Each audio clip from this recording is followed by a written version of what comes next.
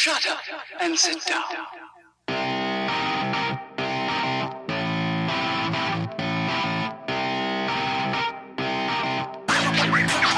So there's a bit of a surprise today.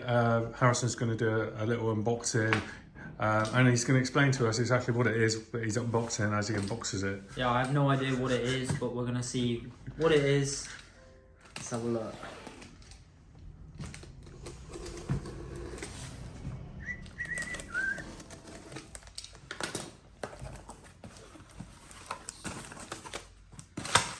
What's that? Bubble wrap. Right, okay. So it's in a box within a box within a box. As always. Be careful with that knife.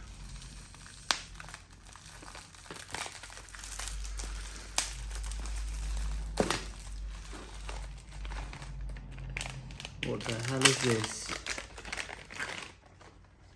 Looks like a 30 series 3050 Ti, that does. But I have no idea. Looks like a little mini Noctua fan. No idea. So it's got a USB port, VGA. That looks like an audio jack. Right, let's put it all out Is together. is it like a Raspberry Pi, but like a small one? Put it down. Right, next then. Is this rubbish? Yeah. Boing.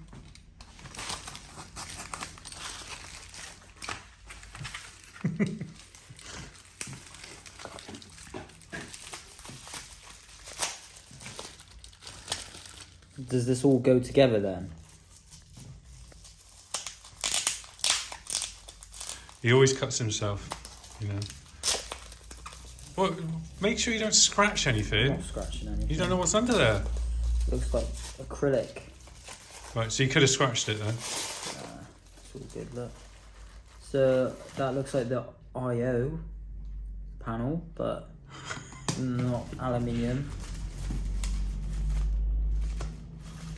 Mounting maybe, and then another I/O panel. Jesus Christ! What is this? Build your own Raspberry Pi. It's the only thing I. Ooh.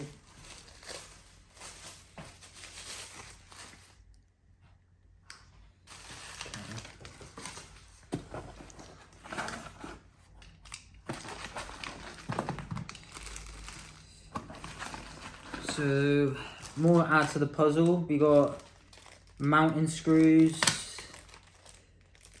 Bluetooth, Wi-Fi, mini USB, some form of power. No idea. Open it, let's have a look.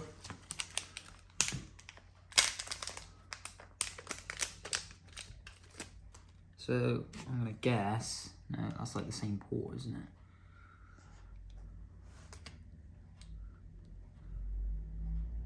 No idea. No idea what it is? No, not yet. What any of it is, to be honest. Is this all to do with like arcade stuff? Like you're gonna emulate?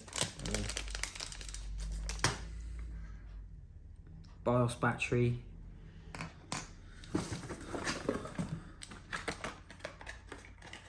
And then power.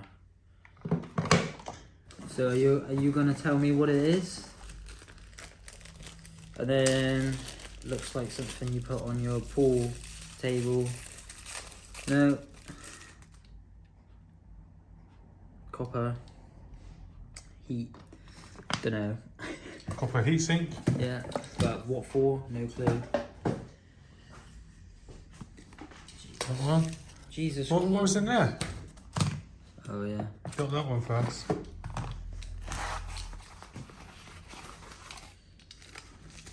Well, it's very well packaged. Well, it was. We chucked it all out into a mess to attract as much static as we can. It's like a USB hub with also display, HDMI. And then like a switch. Got mini USB. And then 2 power again. Never seen anything like it, personally. Never seen anything like it. Okay, so what's this? Have you got to put this together like a puzzle piece then? Like, it's all of it. Just gets weirder and weirder. Like, that's...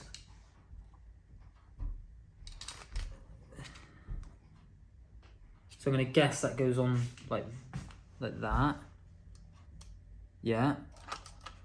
But you're probably going to have to take those 2 screws off and then screw it back on. Because that goes on like that, right?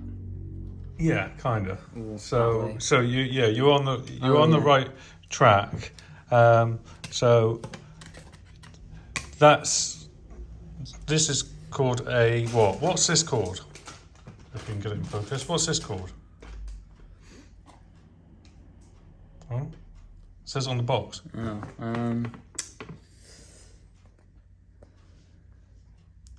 a Nano Intel University program. Again, that still doesn't tell me what it is. Right. Okay. So It's got an this. SD card. Yeah. More power. So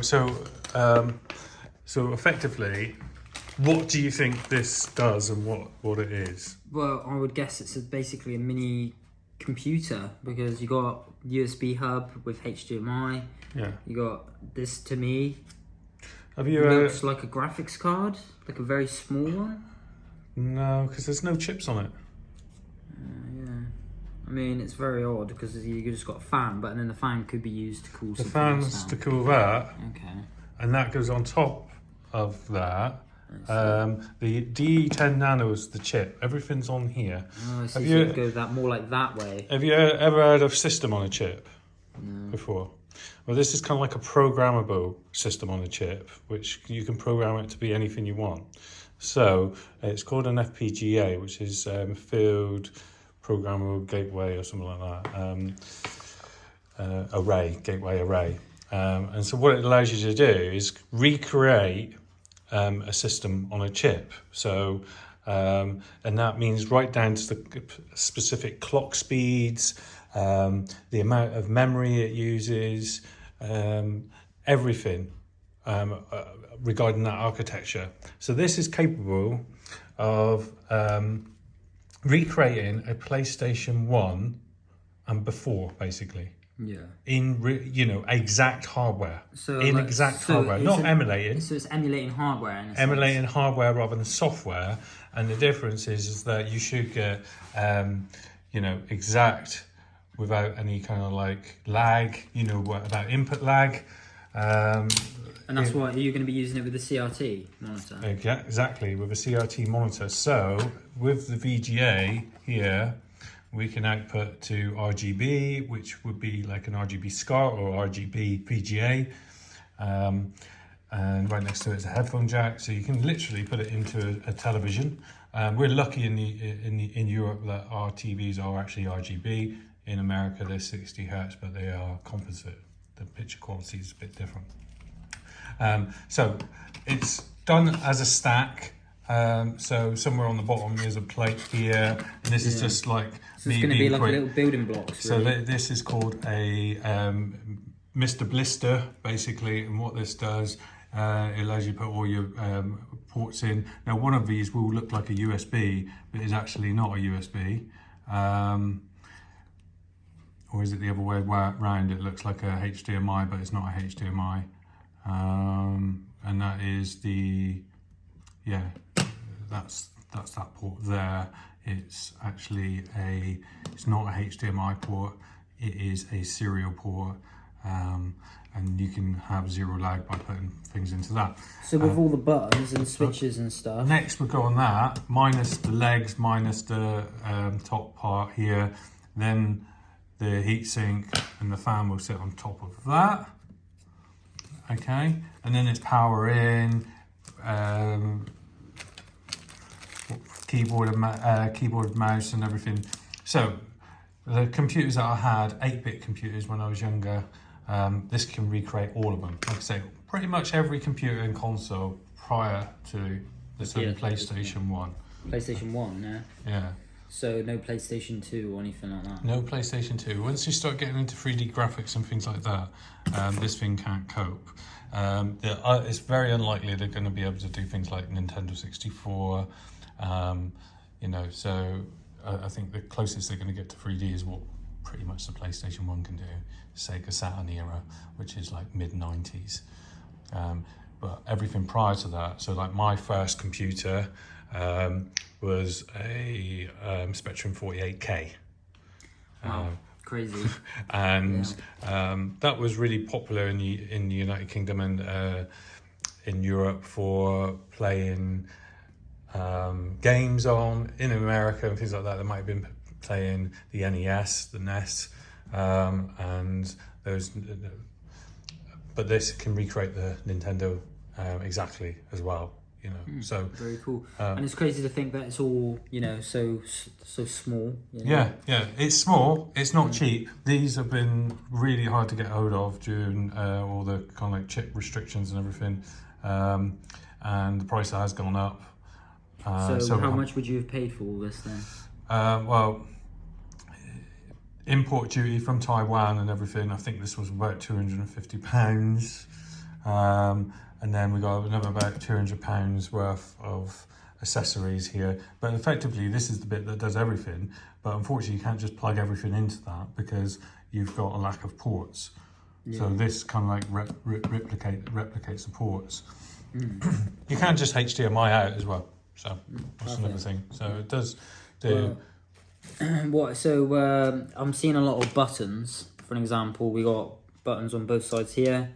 Button here. You're going to ask me how everything works, and to be fair, I don't really know, but I would say that these buttons are accessible, but I think your on and off button is actually on this MiSTer Blister, which is that one there. That's going to be your main on and off button, which you don't have to have. Similar to like a Raspberry Pi, you can just pull the power. Yeah. And I'm seeing that we got an SD card here. Yeah, that I've put in the box. Fits in a mini. I kind of like pre-done that. Fits in a mini SD card there. Yeah. I left the adapter on. Okay. So, you was wondering what this is? Yes. That is the RAM upgrade. How much RAM do you think we got there? I'm going to try and take a guess. I'm going to say 4 gigabytes. 4 gigabytes? Yeah. A lot less. A lot less, okay. This is the latest. They've just updated it to make it more. 400 megabytes. No. And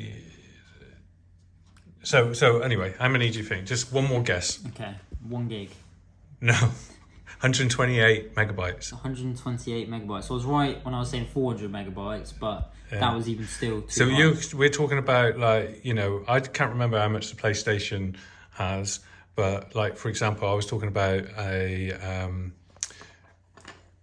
Spectrum that had 48K. Yeah, we didn't get into real megabytes of RAM and things like that until we got to PlayStation. So it's more than enough RAM to deal with things like that. There is also, there will be on the circuit here. I think there's some form of memory. I'm not 100% sure, but. It's a learning game. I've got a lot to do to try to figure all this out. But yeah, stay tuned and we'll have a look at switching it on. What I won't do is any tutorials. And I like to do things a bit raw and give this chap a surprise. Yeah, it's I have no knowledge when it comes to this kind of stuff. I was born in 1998. I don't really have any prior knowledge of stuff like this. So this is pretty much everything.